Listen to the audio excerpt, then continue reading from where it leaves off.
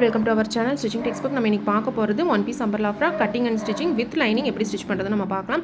So step by ஸ்டெப்பாக explain பண்ணியிருப்பேன். வீடியோவை ஸ்கிப் பண்ணாமல் பாருங்கள். நிறைய டிப்ஸும் கொடுத்துருப்பேன். ஸோ வாங்க வீடியோக்குள்ளே போகலாம். ஸோ இதுதான் வந்துட்டு மெயின் கிளாத்து. வித் லைனிங் நம்ம கட் பண்ணுறதுனால மெயின் கிளாத்தை தனியாக எடுத்து வச்சுட்டு ஃபஸ்ட்டு லைனிங் கட் பண்ணலாம். ஸோ லைனிங் வந்துட்டு எவ்வளோனா 2 மீட்டர்ஸ் நான் வந்து எடுத்திருக்கேன். எனக்கு வந்து ஸ்கர்ட் லாங்காக வேணுங்கிறதுனால நான் வந்துட்டு 2 மீட்டர்ஸ் எடுத்திருக்கேன். மற்றது எல்லாமே காமனான அளவுகள் தான் நான் சொல்கிறது. ஸோ இந்த மாதிரி டயக்னலாக ஃபோல்ட் பண்ணி போட்டுக்கோங்க. போட்டுட்டு இப்போ மேலே அளவு எவ்வளோ வைக்கணும் அப்படின்னா 5 இன்ச்சஸ் நீங்கள் வைக்கணும். சரிங்களா? காமனாக 5 இன்ச்சஸ்னால் ஆமாங்க, காமனாங்கிற மீன்ஸ் உடம்பு சுற்றளவு வந்துட்டு இப்போது ஒரு 20லிருந்து 25 28 வரைக்குமே வந்துட்டு குழந்தைகளோட உடம்பு சுற்றளவுக்கு இந்த 5 காமனாக ஷோல்டர் வச்சா ஓகே.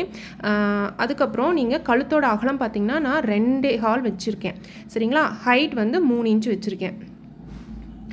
ஸோ இது வந்துட்டு துணி பார்க்குறதுக்கு ஈஸியாக போடுற மாதிரி இருக்கும் மார்க்கிங்கு. ஆனால் க்ராஸாக இருக்கிறதுனால கொஞ்சம் மார்க்கிங் மட்டும் கொஞ்சம் டாப்புக்கு கொஞ்சம் கஷ்டமாக இருக்கும் உங்களுக்கு. ஸோ நீங்கள் வந்துட்டு ப்ராப்பராக இப்போ அங்கே 2.5 வைக்கிறேன். சரிங்களா? ஷோல்ட்ரு அதே 2.5 வந்துட்டு இங்கே 2.25. சரிங்களா? நேராக வருதான்னு பார்த்துக்கணும். இப்போ பார்த்தா நம்ம ஸ்ட்ரெயிட் லைன் போடுற மாதிரி இருக்கும், ஆனால் கண்டிப்பாக க்ராஸாக போயிடும்.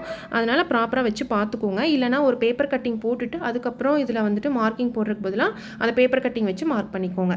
உங்களுக்கு அப்போ கொஞ்சம் ஸ்ட்ரெயிட்டாக வர மாதிரி இருக்கும். ஸோ இப்போ இதிலிருந்து இது 5 இன்ச்சஸ் சொன்னேன் இல்லைங்களா? அதே 5 இன்ச்சஸ்க்கு ஸ்ட்ரெயிட்டாக இருக்குதான்னு பார்த்துட்டேன். ஆர்ம் ஹோல் வந்து 5 இன்ச்சஸ் வச்சுருக்கேன். உடம்பு சுற்றளவு வந்துட்டு நான் 7.5 வைக்கிறேன்.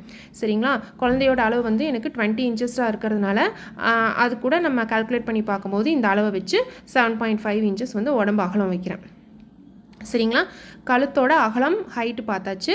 இப்போது டாப்போட ஹைட் எவ்வளோ வேணும்? 10 இன்ச்சஸ். நார்மலாக நம்ம ஸ்ட்ரெயிட் கட்டிங்கில் டாப்போட ஹைட் எவ்வளோ வைப்போமோ அதே தான் நம்மளுக்கு. ஆனால் இது துணி கிராஸாக இருக்கிறதுனால கொஞ்சம் அளவுகளை பார்த்து வைக்கணும், அவ்வளோதான். இப்போ கரெக்டாக 10 இன்ச்சுக்கு டாப்போட ஹைட் வந்து நம்ம வச்சாச்சு. இந்த மாதிரி வச்சு பார்த்துக்கோங்க. அதுக்கப்புறம் ஒரு ஸ்ட்ரெயிட் லைன் போட்டு இப்போ உங்களுக்கு ஒரு டாப்போட பிக்சர் வந்து உங்களுக்கு கிடச்சிருக்கும். இப்போ உங்களுக்கு ஓரளவுக்கு ஐடியாவும் கிடச்சிருக்கும். இப்போ மறுபடியும் ஒருக்கா செக் பண்ணிக்கலாம். இப்போ செக் பண்ணி பார்க்கும்போது எனக்கு வந்து கொஞ்சம் மிஸ் ஆகுது. ஸோ அதனால் அதை வந்து ரீகரெக்ட் பண்ணிக்கிறேன். சரிங்களா? இப்போ கரெக்டாக 7.5 தான் உடம்பு சுற்றளவு சொன்னேன் இல்லைங்களா? இப்போ ஒரு சிலருக்கு 8 கூட இருக்கலாம். ஸோ 8 மேட்ச் ஆகிக்குதான்னு பார்த்துக்கோங்க. ஸோ இப்படி தான் வருது மார்க்கிங்கு. ஸோ எக்ஸ்ட்ரா அந்த தப்பாக ஃபஸ்ட்டு போட்டேன்லாம் அந்த மார்க்கிங் வந்து நான் ரப் பண்ணிடுறேன். சரிங்களா? ஸோ நம்ம இந்த டாப்போட பார்ட் மட்டும் நீங்கள் பேப்பர் கட்டிங் போட்டுட்டு கூட, ஏன்னா ஃபஸ்ட்டு நீங்கள் லைனிங்லேயோ இல்லை உங்கள் கிளாத்லேயோ ட்ரை பண்ணி பாருங்கள் உங்களுக்கு. ஏன்னா கொஞ்சம் கிராஸாக போச்சுனாலும் நெக் டிசைன் எல்லாமே கிராஸாக கோணையாக வர மாதிரி ஆயிரும். இல்லைனா பேப்பர் கட்டிங் போட்டுட்டு இது மேலே வச்சு ட்ரா பண்ணிக்கோங்க. இப்போது டாப் ஃபுல்லாமே முடிச்சாச்சு இல்லைங்களா? அடுத்து நம்ம என்ன பண்ணணும்னா ஸ்கர்ட். ரொம்ப சிம்பிள். ஒன்லி டாப்போட நார்மல் டாப்போட மார்க்கிங் தான் இப்போ போட்டிருக்கோம். ஃபோல்டட் சைடில் கழுத்தோட அகலம் போட்டிருக்கீங்களா, அங்கேருந்து வச்சு ஸ்கர்ட்டுக்கு வந்து நம்ம அளவு போடணும். 28 இன்ச்சஸ் வந்துட்டு நான் வந்து வைக்கிறேன். உங்களுக்கு இப்போ முட்டி வரைக்கும் தான் வேணும்னா நீங்கள் வந்து 25 வச்சிங்கன்னா போதும். 24 23 கூட நல்லா க்யூட்டாக இருக்கும். இல்லை 16 கூட நீங்கள் வச்சுக்கலாம். இன்னும் கொஞ்சம் பாப்பா ஹைட் கம்மியாக இருக்காங்க அப்படின்னா உங்களோட அளவு இங்கே எடுத்து பாப்பா ஹைட் வரைக்கும் நீங்கள் வச்சு கூட நீங்கள் பண்ணிக்கலாம். சரிங்களா? இப்போ முட்டி வரைக்கும் வேணுமோ அது உங்களோட விஷ் தான். மேலே போட்டிருக்கிறது எல்லாமே காமனான அளவு தான். இந்த ஸ்கர்ட்டோட அளவு மட்டும் நீங்கள் செக் பண்ணிக்கோங்க. உங்களுக்கு எவ்வளோ ஹைட் வேணுமோ அதை போட்டு மார்க்கிங் வந்து போட்டுக்கோங்க. அந்த உடம்பு அகலம் 7.5வும் வந்து ரொம்ப முக்கியம். உங்கள் குழந்தையோட சுற்றளவாக இருக்கணும். இல்லை நான் எங்கிட்ட குழந்தையோட சுற்றளவு இல்லை அப்படிங்கிறவங்க காமனாக வைக்கணுன்னா இந்த 7.5 கூட வச்சுக்கலாம். கொஞ்சம் ஒல்லியாக தான் இருக்காங்க, ரொம்ப சப்பியாக இல்லை அப்படின்னா இந்த 7.5 ஓகே தான் உங்களுக்கு. சரிங்களா? அதுக்கப்புறம் அந்த டாப்போட எண்டிலிருந்து ஸ்கர்ட்டோட எண்டை ஃபினிஷ் பண்ணிக்கலாம். ஸோ இவ்வளோ தான் மார்க்கிங். ரொம்ப சிம்பிள். ஒரு 2 மினிட்ஸில் மார்க்கிங் முடிச்சிடலாம். இப்போ வந்துட்டு கட்டிங் வந்துட்டு ஃபஸ்ட்டு நான் பேக்குக்கு 2 லேயரையும் வச்சு அப்படியே கட் பண்ணிட்டேன். அதுக்கப்புறம் ஃபுல்லாக மார்க்கிங்கில் தான் நம்ம வந்து இப்போ கட் பண்ணிகிட்ருக்கோம். சரிங்களா? ஏன்னா ஃப்ரண்ட்டுக்கு கட் பண்ணும்போது ஃப்ரண்ட் நெக்கு மட்டும்தான் கொஞ்சம் கீழே தள்ளி வச்சுருக்கோம் இல்லைங்களா? பேக் நெக் வந்து 2 இன்ச்சஸ் நான் வச்சுருந்தேன்.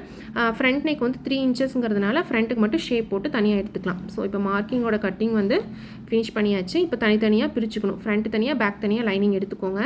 இப்போது எடுத்ததுக்கப்புறம் இப்போ பேக் தனியாக எடுத்து வச்சுட்டு ஃப்ரண்ட்டில் நான் வந்துட்டு இந்த ஸ்வீட் ஹார்ட் நெக் மாதிரி போட்டிருக்கேன். அதை போட்டு ஜஸ்ட்டு கட் பண்ணி எடுத்துக்கோங்க. இப்போ உங்களுக்கு ஃப்ரண்ட் லைனிங் வந்து கிடச்சிருச்சு. இவ்வளோ தான். இப்போ இதை வச்சு மெயின் கிளாத்தில் நம்ம கட் பண்ணிடலாம். மெயின் கிளாத் வந்து அதே மாதிரி டயகனலாக ஃபோல்ட் பண்ணி போட்டுக்கோங்க.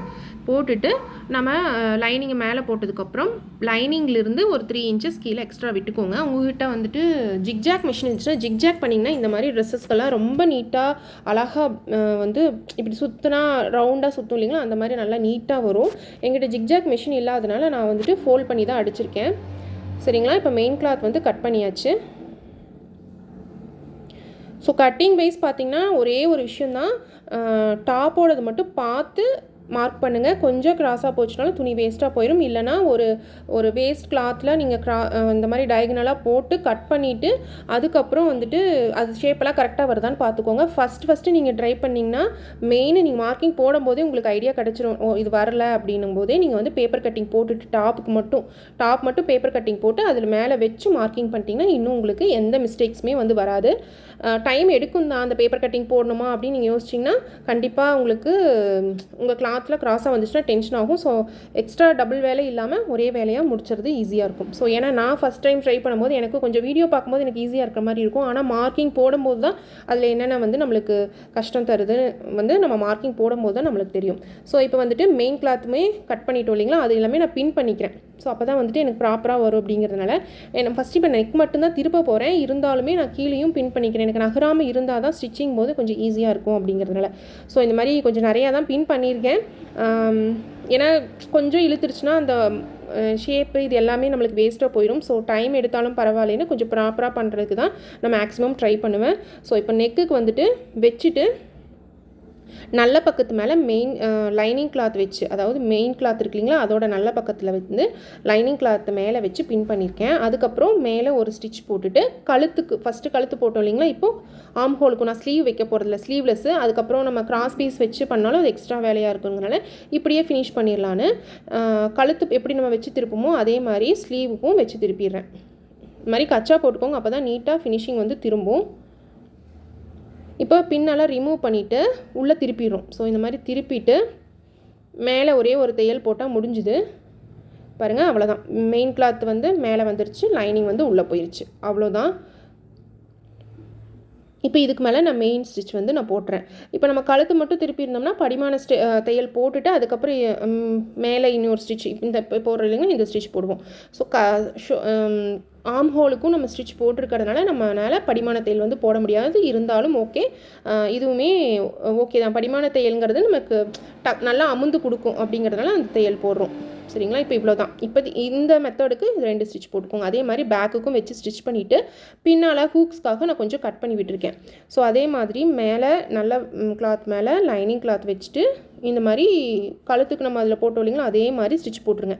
இப்போது மறுபடியும் இதையே லைனிங்கை உள்ளே திருப்பிட்டு பார்த்தோம் அப்படின்னா மெயின் கிளாத்து இந்த மாதிரி உங்களுக்கு கிடைக்கும். ஸோ ஹூக்ஸ் பட்டி வைக்கிறதுக்கும் ஈஸியாக இருக்கும். தனியாக அதுக்குன்னு ஒரு கிளாத் எடுத்து நம்ம ஹூக்ஸ் பட்டி காஜா பட்டிக்கு மாதிரி ஸ்டிச் பண்ணுங்கிறது அவசியம் கிடையாது. சரிங்களா, இது எல்லாமே வந்துட்டு டைம் சேவிங். நான் மேக்ஸிமம் இந்த மாதிரி தான் பண்ணுவேன். ஃபினிஷிங்கும் நீட்டாக வரும். உங்களுக்கு எந்த ஒரு என்ன சொல்கிறது, கொஞ்சம் தூக்கிட்டு இருக்கிறது அந்த இந்த நேர் திருப்புறோம் இல்லைங்களா, இங்கெல்லாம் கொஞ்சம் தூக்கிட்டு இருக்கோம் நம்ம தனியாக துணி கொடுத்து தைச்சோம் அப்படின்னா பழகும்போது. ஸோ அதெல்லாம் தவிர்க்கிறதுக்காக நான் இந்த மாதிரி வச்சு ஸ்டிச் பண்ணிடுவேன். ஸோ மேலே தையல் முடிஞ்சிச்சு அப்படின்னா அவ்வளோதான். நம்மளோட டாப் ஃபினிஷிங் 90% வந்து முடிஞ்சிருச்சு. இப்போ 2 ஷோல்டருக்குமே வந்துட்டு போட்டுடலாம். நம்ம கிராஸ் பீஸ் வைக்கணும்னு இல்லைங்களா, ஃபினிஷிங் வந்து நீட்டாக வந்துடும். ஸோ முடிஞ்சதுக்கப்புறம் கீழே இருக்கிற லைனிங் வந்து ஃபோல்ட் பண்ணி அடிச்சுக்கோங்க. நான் லைனிங் எப்போவுமே வந்துட்டு ஏன்னா இந்த மாதிரி அம்பர்லா ஃப்ராக் எல்லாமே ஃபஸ்ட்டு ஒரு ஸ்டிச் தைச்சிட்டு அதுக்கப்புறம் தான் இன்னொன்று ஃபோல்ட் பண்ணுவேன். ரெண்டுமே ஒன்றா ஃபோல்ட் பண்ணோம்னா நம்மளுக்கு கொஞ்சம் தைக்கிறதுக்கு கஷ்டமாக இருக்கிற மாதிரி இருக்கும். கரெக்டாக நீட்டாக ஒரே மாதிரி ஈவனாக வராது. அடுத்தது வந்துட்டு மெயின் கிளாத்துக்கு வந்து இப்போ லைனிங் வந்து கொஞ்சம் அகலமாக வச்சு தைச்சேன். மெயின் கிளாத்துக்கு வந்து கொஞ்சம் உருட்டின மாதிரி இருக்கணும் அப்படிங்கிறதுனால ரொம்ப குட்டியாக ஃபஸ்ட்டு ஒரு ஸ்டிச் போட்டுக்கிட்டேன். அதுக்கப்புறம் தான் இன்னொரு ஸ்டிச்சும் அதுவும் ரொம்ப குட்டியாக தான் அடித்தோம். அப்போ தான் வந்து ரொம்ப குட்டியாக சன்னமாக வச்சு திருப்பினா தான் அது கொஞ்சம் ஜிக்ஜாக் பண்ண மாதிரி ஒரு ஃபீல் கொடுக்கும் அப்படிங்கிறதுனால அந்த மாதிரி நான் வந்து பண்ணிட்டேன். ஸோ அவ்வளோதான். நம்ம கீழேயும் ஃபோல்ட் பண்ணி அடித்தாச்சு. 2 மெயின் கிளாத்தையும் லைனிங் கிளாத்தையும் மெயின் கிளாத்தோட ஜாயின் பண்ணியாச்சு. சரிங்களா, இப்போது மெயின் கிளாத் கூட சைடு லைனிங் வந்து அட்டாச் பண்ணிக்குவேன் நான் எப்போவுமே. சரிங்களா? அப்படியே கூட நம்ம ஸ்டிச் பண்ணலாம். ஸ்டிச் பண்ணோம்னா இப்போ லாஸ்ட்டாக ஃபிட்டிங் பிடிக்கும்போது என்ன ஆகும்னா, இப்போ 4 கிளாத்தாக வச்சு ஃபிட்டிங் பிடிக்கிற மாதிரி இருக்கும். இதோட லைனிங் மெயின் கிளாத், பேக் சைடோட லைனிங் மெயின் கிளாத். அப்போ 4யுமே நம்ம கையில் பிடிக்கும்போது கண்டிப்பாக ஏதோ ஒன்று வந்து ப்ராப்பராக வந்து இந்த ஃபிட்டிங்கில் உட்காராது, கொஞ்சமாவது நகர்ந்து இருக்கிற மாதிரி இருக்கும். ஸோ இந்த மாதிரி தைச்சிட்டோம், மெயின் கிளாத்தையும் லைனிங்கும் அப்படியே ஒட்ட வச்ச மாதிரி கம் போட்ட மாதிரி தைச்சிட்டோம் அப்படின்னா நம்மளுக்கு ஃபினிஷிங் நீட்டாக வந்துடும். பின்னால் நாடா கட்டுறதுக்கும் ரெடி பண்ணி வச்சாச்சு. அது எப்போவுமே எவ்வளோ அகலம் இது லென்த் வேணும் அப்படின்னா ஒரு லாங் சைஸ் ஸ்கேல் அளவுக்கு நான் எப்போவுமே எடுத்துக்குவேன். சரிங்களா? அந்த மர ஸ்கேல் இருக்கு இல்லைங்களா, கட்டிங் ஸ்கேல், அந்தளவுக்கு எடுத்துக்குவேன். இப்போது ஃபைனலாக ஷோல்டரை ஜாயின் பண்ணிடலாம். ஷோல்டரை எப்பவும் போல் ஷோல்டரை ஜாயின் பண்ணிவிட்டு, ஸ்லீவ் இல்லாதனால ஸோ ஸ்லீவ் ஜாயினிங் வேலை இல்லை நம்மளுக்கு. ஸோ ஷோல்டர் வந்து ஜாயின் பண்ணியாச்சு. இப்போது ஃபிட்டிங் மட்டும்தான் நம்மளுக்கு, வேறு எதுவுமே கிடையாது. மெயின் கிளாத் கூட லைனிங் ஜாயின் பண்ணாலே நெக்ஸ்ட்டு ஜாயின் பண்ணதுக்கப்புறம் ஷோல்டரை பிடிச்சிட்டு ஃபிட்டிங் பிடிச்சா வேலை முடிஞ்சிச்சு நம்மளுக்கு.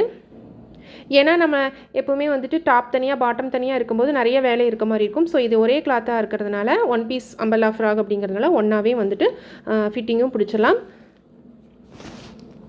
இப்போது பின்னால் நாட் கட்டுவோம் இல்லைங்களா, அதுதான் இது. அதையும் கரெக்டாக அந்த நம்ம 10 இன்ச்சஸ்க்கு வந்துட்டு டாப்போட ஹைட் வச்சோம் இல்லைங்களா, அந்த இடத்துல வர மாதிரி வச்சு அந்த இடத்துல நல்லா ரஃப் அடிச்சுக்கோங்க. ஸோ ஃபிட்டிங் பிடிச்சிங்கன்னா முடிஞ்சிச்சு. உங்கள் குழந்தையோட அளவு எவ்வளவோ அதுக்கு தகுந்த மாதிரி நீங்கள் ஃபிட்டிங் பிடிச்சிக்கோங்க.